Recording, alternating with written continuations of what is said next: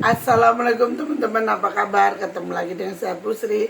Semoga kalian selalu sehat walafiat, selalu dalam lindungan Allah, selalu diberikan kemudahan, keberkahan, keselamatan serta kebahagiaan oleh Allah Subhanahu wa taala. Terima kasih banyak teman-teman atas selalu komen dan subscribe-nya. Terima kasih banyak. Tanpa kalian saya bukan siapa-siapa. Tanpa kalian channel ini bukanlah apa-apa. Teman-teman, saya doakan yang lagi sakit segera sehat, segera sembuh. Yang sedang menunggu keturunan, menunggu buah hati, segera diberikan momongan, diberikan kemudahan oleh Allah, diberikan anak-anak yang soleh dan soleha. Yang sedang terlilit utang, mudah-mudahan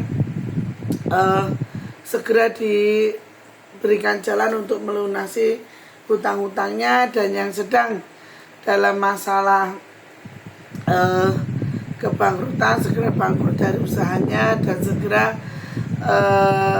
menjadi sukses kembali, agar kita bisa berbagi bersama dan berbagi sesama makhluk hidup. Amin amin ya rabbal alamin. Teman-teman, terima kasih banyak ya. Maaf suaranya agak serah-serah ini teman-teman, karena sedang sakit ya. Bismillah, saya sambil minum larutan dulu. Bismillah ya teman-teman. Alhamdulillah. Oke teman-teman, banyak sekali hal yang terjadi dalam kehidupan dunia nyata ini, dimana bentar lagi putra itu harus sunat teman-teman. Putra itu harus sunat, dan waktu itu saya dapat wangsit dari yangnya itu putra harus disunat ketika umur 7 tahun, 9 atau 11. Makanya ketika putra umur 9 tahun ini dia harus saya sunatin, dan dia kulit sama ari-ari sama segala macamnya harus saya bawa ke gunung teman-teman. Doakan diberi kelancaran ya teman-teman. Amin amin ya rabbal alamin. Teman-teman, mungkin sebagian orang tidak percaya dengan hal gaib ya, tapi bagi saya itu adalah sesuatu yang selalu bersinggungan dan selalu berdampingan dengan saya. Makanya saya teramat sangat mempercayai dengan hal gaib ya teman-teman. Kita dulu teman-teman.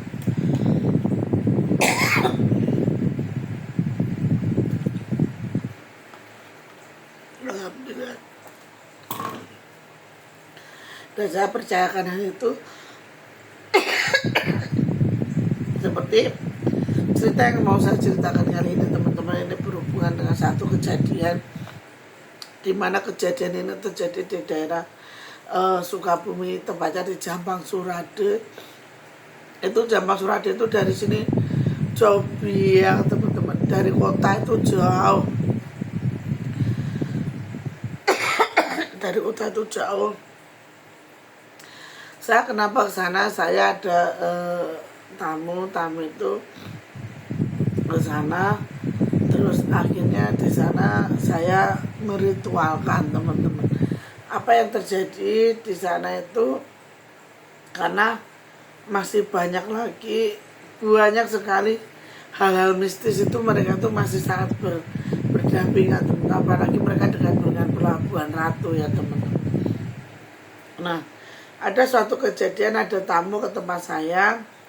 Ini namanya Mas Ilham. Mas Ilham ini datang ke tempat saya.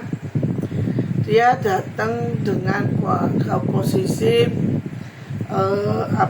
teman-teman, stroke sebelah. Terus udah mati rasa teman-teman, udah nggak bisa ngapa-ngapain. Datang ke tempat saya, tapi saya lihat dia itu sakitnya tuh nggak wajar gitu loh teman-teman. Kalau stroke ketika saya pencet kakinya ini normal semua teman-teman. Saya lihat dari saraf kaki ini masih normal semua. Terus ketika saya obati, tiba-tiba itu ada sosok tinggi besar teman-teman, tinggi besar. Dia itu matanya merah, menyeringai gitu teman-teman. Terus saya mundur, ketika saya mundur terus sosok itu bilang begini kepada saya tuh, Assalamualaikum. Waalaikumsalam, saya bilang gitu kan teman-teman. Kamu tidak usah mencampuri urusan ini, karena saya tahu bahwasanya apa yang ada di belakang kamu saya tidak mungkin melawan, tapi dia harus menerima konsekuensinya, kata gitu. Terus kaget kan teman-teman, saya kaget. Terus saya tanyain, Mas, pekerjaan sampean apa? Saya bilang gitu. Dia bilang, oh saya itu kontraktor Bu, kontraktor. Jadi bangun rumah, bangun apa, segala macam tuh dulu saya tuh. Dan saya juga ngarsiteki, jadi dia kayak gambar gitu loh teman-teman, dia juga gambar. Oh, dia tahu saya Mas. Kenapa ya Bu, kata gitu. Ya, mohon maaf ya Mas, mau percaya atau enggak, tapi sampean pernah enggak nebang pohon gede, pohon besar banget, dan itu belum lama, saya bilang gitu kan. Oh iya Bu, saya pernah itu di daerah Jakarta Barat Bu.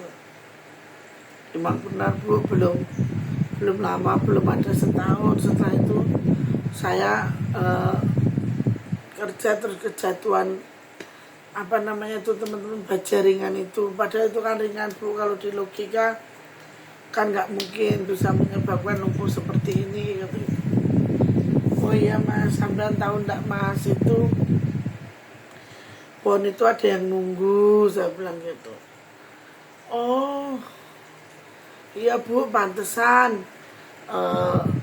anak buah saya itu banyak yang sakit, bahkan sampai ada tusuk besi itu Bu, katanya. Terus bagaimana ya Bu, kan gitu.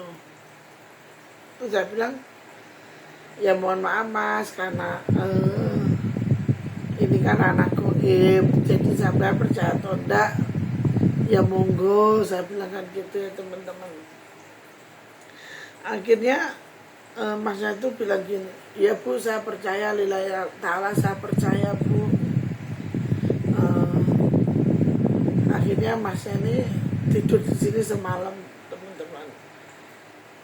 Saya kan malamnya kan meditasi ya teman-teman, sama meditasi saya gitu minta petunjuk apa yang sudah berlaku sama Masnya ini. Akhirnya ketika itu saya memohon sama Allah, Gusti Allah, saya mohon ridhonya sama petunjuknya untuk kesembuhan Masnya ini. Terus akhirnya didatangkanlah yang sosok gede yang matanya merah itu teman-teman. Didatanginlah saya, terus saya bilang mohon maaf, saya tidak berniat mengganggu, akan tetapi kita saling memaafkan apa yang sudah terjadi, saya bilang gitu. Dia marah teman-teman, dia marah. Kalian manusia yang membuat kerusakan, dan padahal kami dari bangsa kami tidak melakukan apapun, tapi kalian terlalu serakah, katanya gitu teman-teman. Saya seperti itu. Terus saya bilang lagi, ya kalaupun kita tidak bermaksud untuk mengganggu, karena kita tidak tahu bahwasanya di situ ada kehidupan, saya bilang gitu. Ya, untuk mohon dimaafkan gitu. Nah, akhirnya sosok yang gede ini bilang ke saya, teman-teman, saya mau memaafkan dia asalkan kamu bersedia datang ke rumah dia dan ambil barang yang ada di rumah dia, kata gitu. Barang apa itu? Saya bilang, dia membawa pulang kayu bagian dari rumah saya, gitu. Kenapa saya harus ngambil, katanya. Karena kayu itu kalau disentuh orang lain itu akan membuat kesurupan dan akan membuat malapetaka, maka kamu sendiri yang akan ambil. Akhirnya, oh ya nanti saya ambil, saya usahakan saya yang akan membuangnya. Terus kemana saya harus buanglah ke laut, maka kami akan ikut ke laut, gitu teman-teman. Nah, Setelah itu selang hampir 1 bulanan deh teman-teman, hampir 1 bulanan itu apa namanya, setelah saya kan ke sana ke rumahnya jauh ya teman-teman, dari kotanya tuh jauh. Terus saya tanya, mas kayu apa mas? Oh itu mbak kayunya, jadi kayunya itu dia tuh dipakai buat itu loh teman-teman. Apa sih ini kan ranting tapi bagus, rantingnya tuh kayak bentuknya tuh kayak sudah berbentuk gitu loh teman-teman. Oh yang ini toh masuk, iya mbak. Terus diapain mbak? Ya kan pesennya, aduh atau pesennya yang itu kan saya harus ngebuang katanya. Oh iya mbak, soalnya ini dulu mau dipindahin juga paling saya langsung kesurupan gitu. Mas kalau di sini laut jauh ndak? Saya tanya. Oh ndak bu, berapa ratu paling 1 jam nyampe gitu kan teman-teman. Oh ya udah, kalau gitu saya minta tolong anter ya kan gitu. Akhirnya saya tuh ke Pelabuhan Ratu itu teman-teman, ke Pelabuhan Ratu buang itu kayu tadi, buang kayu. Terus pada akhirnya setelah saya buang kayunya, apa namanya, ada satu kejadian teman-teman. Saya jadi ngantuk nih teman-teman cerita itu ya. Jadi satu kejadian itu, begitu kayu saya taruh, terus saya baca doa-doa tawasulannya kita baca yo, terus saya sampai bener-bener lupa dan bener-bener bisa melepaskan apa yang kita miliki. Ketika itu terus tiba-tiba ada suatu kayak kilatan cahaya gitu, selesai gitu, kayak petir itu loh teman-teman, kayak petir, kilatan petir itu tepat di depan saya teman-teman, tepat di depan saya. Terus akhirnya saya mundur kan karena takut ya teman-teman, wajar ya saya takut itu. Terus muncul itu satu sosok yang bude tadi itu, bude yang dari awal itu datang, dia bilang begini ke saya, terima kasih kamu sudah menepati janjimu, kamu mau minta apa dari saya, dia bilang begitu. Oh saya tidak minta apa-apa, yang penting kalau memang dia sakitnya karena ulahmu sembuhkanlah, tapi kalau memang sakitnya dia dari Allah maka bantulah dia untuk sadar dan menjalankan apa yang diperintahkan oleh Allah, saya bilang gitu.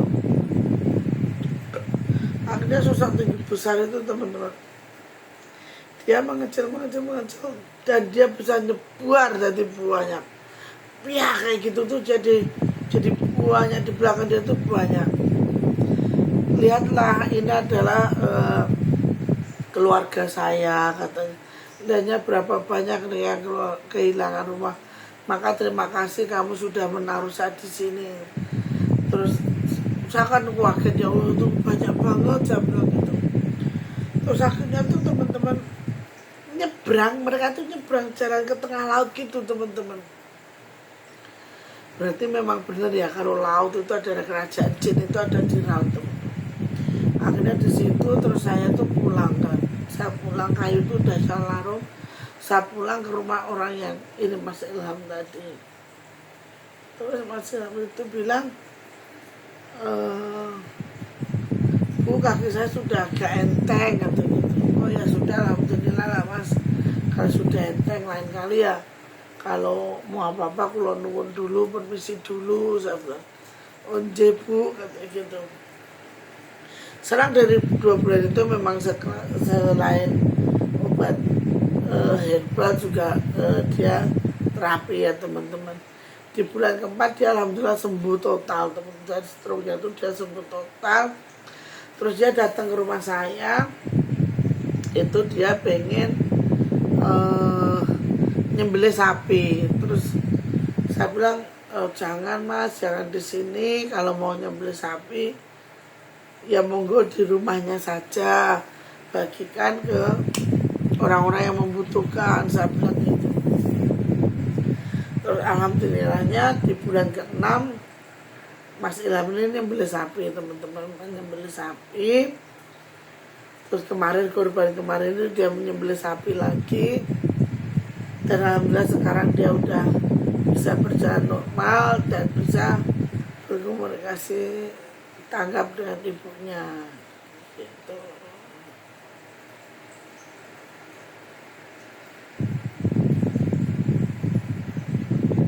Allahu Akbar. Ya teman-teman, ya Allah, maaf ya teman-teman, akhirnya dia kemarin nyembelih sapi. Allahu Akbar, teman-teman, saya tertidur teman-teman. Nah, nyembelih sapi dan kurban, alhamdulillah dia sehat. Dan sekarang Mas Ilham ini ketika dia ingin bangun rumah atau renovasi rumah, dia selalu komunikasi sama saya. Dia bilang, ibu, saya mau ini, apa yang perlu saya lakukan.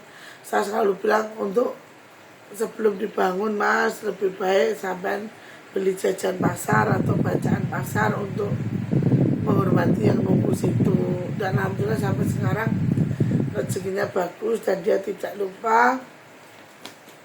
Terus Mas Ilham ini saya suruh tiap bulan untuk nyantuni tetangganya yang kekurangan gitu teman-teman. Teman-teman mohon maaf sekali ya, saya tadi tertidur.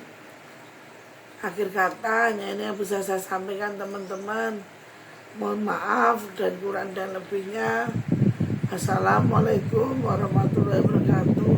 Sehat-sehat kalian, sehat-sehat semuanya. Amin amin ya robbal alamin.